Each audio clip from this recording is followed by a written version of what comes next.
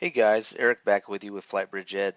I wanted to take about 15 minutes or so and talk about a subject related to ventilator management and talk about pressures. This is a concept that a lot of people don't understand, they get confused on. So I thought I'd take about 15 minutes or so and discuss that. One thing I want to say is this whole process of putting out these podcasts has really made me grow even more as an educator. And what I want to just say is that we never should stop learning. We should never stop surrounding ourselves with amazing people that have more experience with us. And so I'm always learning. I'm always trying to, add more tools to my toolbox so I can either, provide better patient care or teach better concepts so my students can understand better, and I think that's a very rewarding thing. So I'm always trying to better myself, and hopefully by doing that I can better my presentations, better the podcasts, and things like that.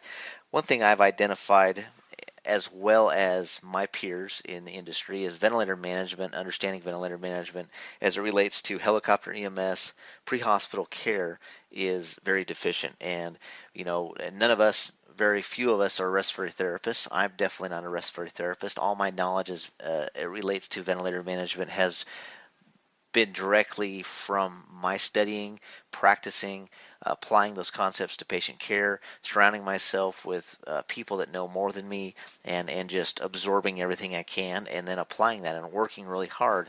And so I remember when I started using ventilators, it was 2006 area, and it was an LTV 1200, and I had no experience, and I really had to practice, practice, practice. So these concepts, when you guys, if you're already a flight crew member and you're flying, or if you are new to the industry and you're trying to get into that, this is going to be the biggest learning curve out of anything you do, and it's something that you have to constantly practice and work on. You can't expect to take a class, listen to a podcast, or do anything like that and just go out and apply this and never touch it again. You have to work at it every day. So what I encourage people to do is go out there, put a CPAP mask on you, put a CPAP mask on your partner, and put the ventilator on SIMV and check things out and play with it and see what it feels like and try to make it comfortable.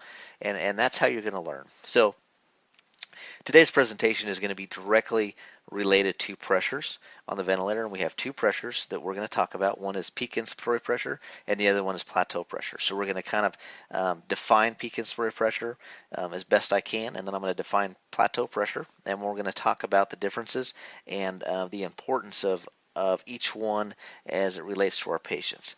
All right, so the first one is going to be peak inspiratory pressure. This is a pressure that your ventilator will actually calculate for you. Different ventilators, it's going to be shown in different areas, but again, it's going to be done for you, and all you have to do is toggle over to a certain screen, and it's going to be sitting right there. And then some, if you have waveforms or have a bar graph that comes across, it's easily identifiable. All right, so what is peak inspiratory pressure? Well, it's kind of four different things. All right, so it's the volume of the breath, so the tidal volume that we put in. It's the compliance of the lungs. It's the constriction of our upper airways, so how big is our bronchioles, and it's the force of delivery. So when we talk about force of delivery, we're talking about flow rate.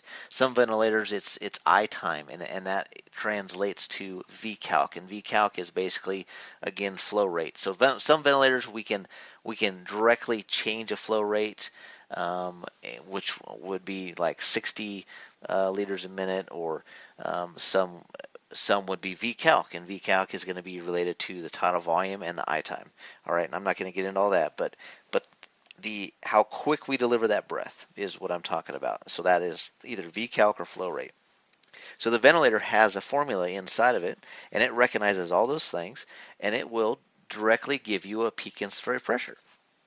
So obviously, if you have a patient that has bronchial constriction, like a COPD or asthma patient, right there you're going to have a higher peak inspiratory pressure without doing anything else, just because the tube that the air goes down is smaller, right? So if you think about, you put a volume of air down a tube that's 1 inch in diameter versus a tube that's 3 inches in diameter, the pressure at the bottom, our lung is a closed container, is going to be more in the smaller tube. So that is kind of how peak inspiratory pressure works. We can directly affect quite a few things. We can directly affect how much volume we're putting in, so we can reduce our tidal volume. We can slow our flow rate down, so if we deliver the breath in a slower fashion, and what I mean by that, if you had a flow rate that was delivering a breath, and I'll give you an example where we just go so over 1 second versus that's going to be a quicker delivery. That delivery is going to be, the quicker delivery is going to give you a higher peak inspiratory pressure just because it's delivering that volume quicker, all right? So there's a lot of things that affect peak inspiratory pressure. So where do we want to keep that? Well, we want to keep that below 40 millimeters of mercury. Some protocols out there you may work for may want you to keep them at 35 millimeters of mercury, and that's a safe number. And so what does that mean? How does that translate to our patients? Well, if you have prolonged peak inspiratory pressures that are high, it has been shown that it causes ventilator lung injury. It doesn't have a direct effect on alveolar health like a plateau pressure would, but it will cause ventilator lung injury, prolonged high peak inspiratory pressure. So we need to be able to identify why that is. We need to try to correct that. But out of the two pressures, peak inspiratory pressure versus plateau pressure, the peak inspiratory pressure is not the most important pressure. Some classes I've taken, some podcasts that I've heard, some physicians they'll even turn off that alarm. And I'm not advocating that. I'm not saying that. There's definitely a place, and we need to understand what the peak inspiratory pressure does. But out of the two pressures, your plateau pressure is more important. All right, so to recap, so if we have a high peak inspiratory pressure, we could have increased airway resistance. So that would be maybe asthma, COPD. And this will cause a high prolonged peak inspiratory pressure because we have that upper airway resistance that is constricted down, and we need to try to correct that. Other things that could cause it would be a kinked ET tube, a kinked ventilator circuit. Does the patient need suctioning? Does the patient need sedation and pain management? Well, if you've heard my podcast on sedation, pain management, that is a big, big thing when we talk about our patients on the ventilator. It's a very uncomfortable thing. And so if patients are coming out of their sedation and their pain threshold is low and they're in pain, they're going to maybe try to trigger the vent. They're going to try to breathe over the vent. You could have breath stacking, things like that. And if it's not synchronizing with the ventilator based on the mode that you're in, that could cause a high peak inspiratory pressure. So a few things to kind of remember. Your peak inspiratory pressure and your plateau pressure are usually going to be pretty close together. Remember, your peak inspiratory pressure is always going to be higher than your plateau pressure, okay? So you can always tell if you have a high peak inspiratory pressure and you know that it's always going to be a little bit higher than your plateau pressure. That right there, if you had a high peak inspiratory pressure, that should trigger you immediately to go check your plateau pressure. All right, so let's talk about how we do that and how different that is to our peak inspiratory pressure. Like I said before, your peak inspiratory pressure is going to be something the ventilator checks for you. Plateau pressure is something you physically have to know how to do, and you need to check that and trend that often. So the way you do that, different ventilators are different, but they're all going to have some type of a button, whether it's an inspiratory hold or a manual button or whatever, where you're going to actually push the button. And I'll give you an example. In LTV 1200, at the very bottom in the middle, there's a button called inspiratory expiratory hold. And what you're going to do is you're going to push that once, you're going to let it off quickly, you're going to push it again and hold it for a half second. And that half second on the very top, you're going to have a settings screen that flashes across, and it's going to show you your lung compliance, and it's going to show you your plateau pressure. It's going to give you that number, okay? So where do we want to keep that? Our plateau pressure we want to keep below 30 millimeters of mercury. All right, so we want to keep that lower than our peak inspiratory pressure. Remember, that is 40. We want to keep our plateau pressure at 30 millimeters of mercury. All right, so what does plateau pressure mean? Plateau pressure means that it's a direct indication of alveolar function, all right, alveolar health. What is the alveoli seeing as far as pressure? And we know if you think about gas diffusion, you think about shunt, VQ mismatch, anything that impedes alveolar health, that squeezes down on the alveoli, that shrinks the alveolar membrane. We know that the alveolar membrane is essential for gas exchange, and the bigger our alveoli is, obviously we don't want it huge, but if we make that alveolar membrane bigger, we have more surface area for gas exchange. That translates to diffusion into the capillary beds, and that oxygen is transported into the plasma and onto the hemoglobin. All right, so that's important. If we have excess pressure that's exerted against the alveoli, that is bad. All right, and that is a direct indication of poor alveolar function. We don't want that. All right, so consistently high plateau pressures will lead to alveolar destruction. It'll lead to ventilator lung injury, and over a period of time, that's going to cause ARDS and that inflammatory cascade, and it'll lead to death. So let's talk about that. How does that happen? Well, remember, an overstretched alveoli are mad. It sends out distress signals, and these distress signals stimulate what's called cytokines. And these cytokines have these little red flags that attract neutrophils and inflammatory cells that we have. These cells attack first, and they don't ever ask any questions, right? So they attack first, they don't ask questions, and they cause all this damage. They damage those type 2 neutrophils, I think they're called neutrocytes, which causes reduced surfactant. It causes atelectasis trauma. It increases vascular permeability. And all this, again, is that inflammatory cascade that leads to ARDS, and usually, in a lot of patients, leads to multi-organ dysfunction and death. So we want to really watch our plateau pressure. That again is going to be our most important pressure out of the two. All right. So remember, we have both pressures. We have our peak inspiratory pressure, which is going to be, think of everything above the carina. So our upper bronchioles, our ET tube, suctioning, vent circuit, things like that, the flow, the volume we're putting in, vasoconstriction. That's what our peak inspiratory pressure is. So there's a lot of things we can do to kind of correct that. Plateau pressure is going to be related to the injury, the presentation, the illness. That's going to be a direct indication of alveolar health. So there's a lot of things that we have to look at there. All right. So remember, you could have a high plateau pressure, you could have a high peak inspiratory pressure and a low plateau pressure, and that means that you have something high that's going on. So again, your flow's too fast, your volume's too much. You have a kink in your ET tube. You have bronchial constriction. If you have a peak inspiratory pressure that's high and your plateau pressure is also high, then you know that peak inspiratory pressure is high is because the plateau pressure is high and you have a problem down at the alveolar level. All right, so what types of things could you have at the alveolar level? Well, we'll use a simple one. Let's say you have a trauma patient and you have a simple pneumothorax and you check a plateau pressure. Remember, we're going to check a plateau pressure physically by pushing an inspiratory hold button. You're going to hold that for half a second and it's going to give you a number. So your initial plateau pressure is 25, and we know we want to always keep that below 30. And 10 minutes into the flight, you check it again, and now you have a plateau pressure that is 35, and you have a direct correlation rise with our peak inspiratory pressure. So your peak inspiratory pressure is now 40, your plateau pressure is 35. Remember, your peak inspiratory pressure is always going to be a little bit higher than your plateau pressure. All right, so at this point, we know that we had a simple pneumo in the beginning. We don't needle decompress simple pneumos.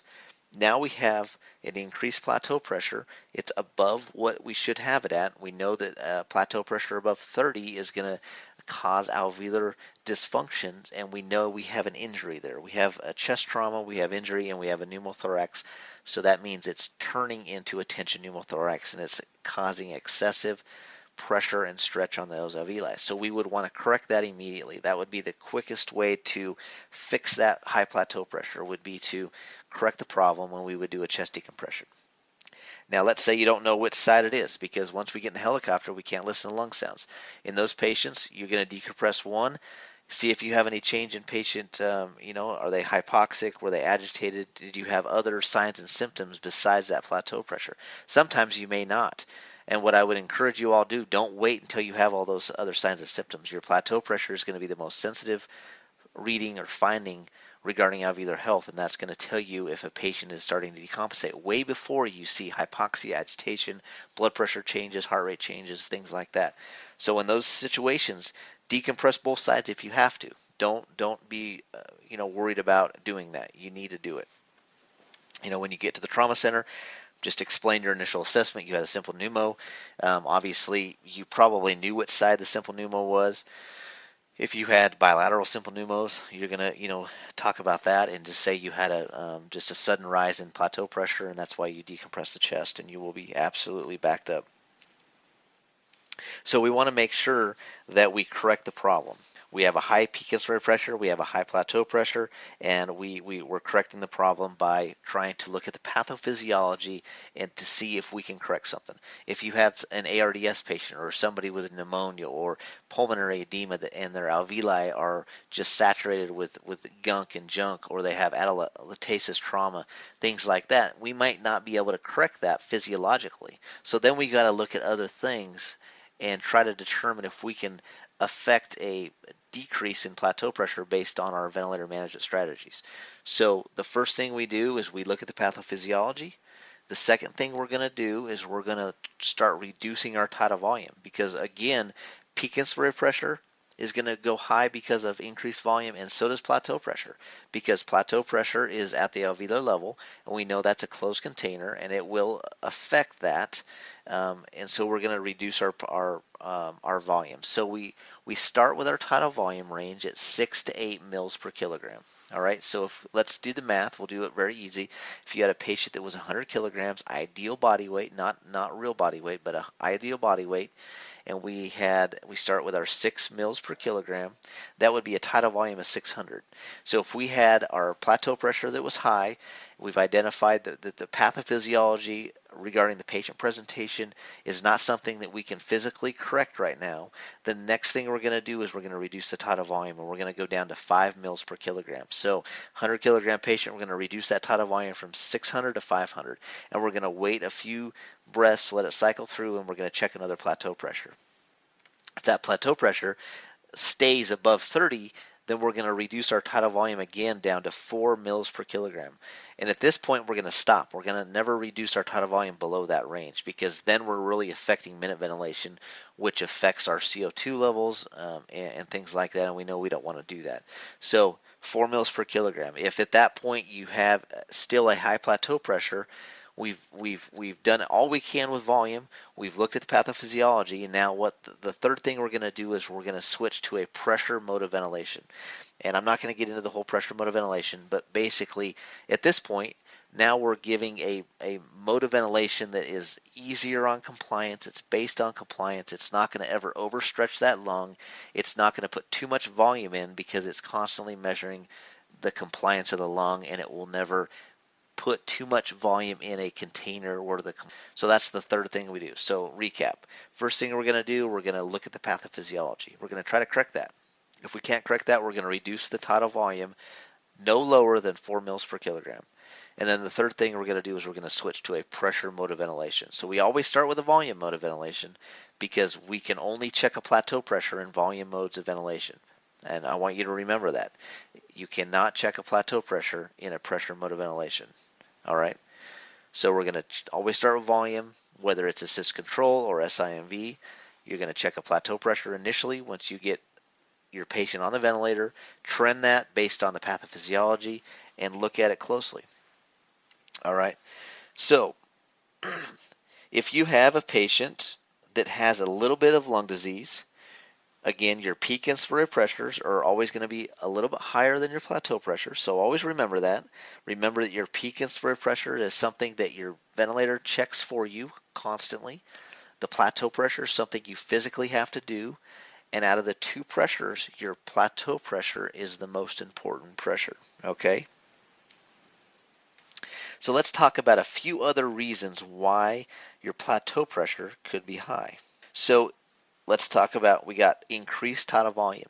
Remember, we have a closed container. If we have an excess amount of tidal volume, that is going to cause more pressure against the alveoli.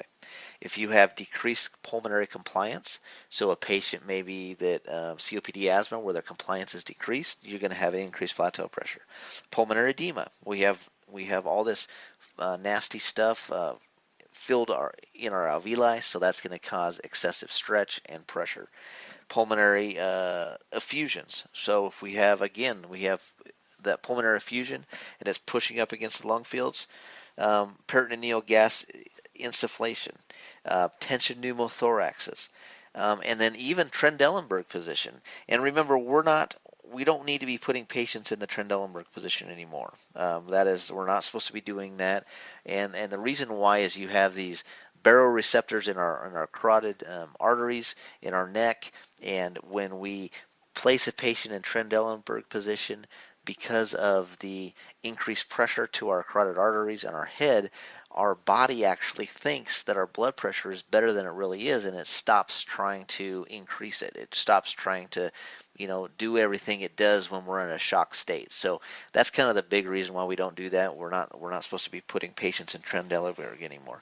A patient with ascites, if they have all this ascites and they have all this pressure in the chest or in the abdomen that's pushing up against the vessels in the chest, that's obviously going to cause a high plateau pressure.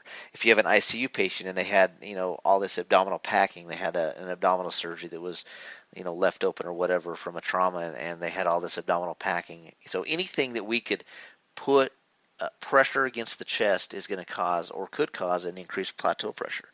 Endotracheal intubation itself, again, if we a patient is constantly not sedated well, or their pain management is inadequate, anything like that. So anything that could cause a direct relational pressure down at the bottom in the lungs that pressures against the alveoli is going to cause that increased plateau pressure.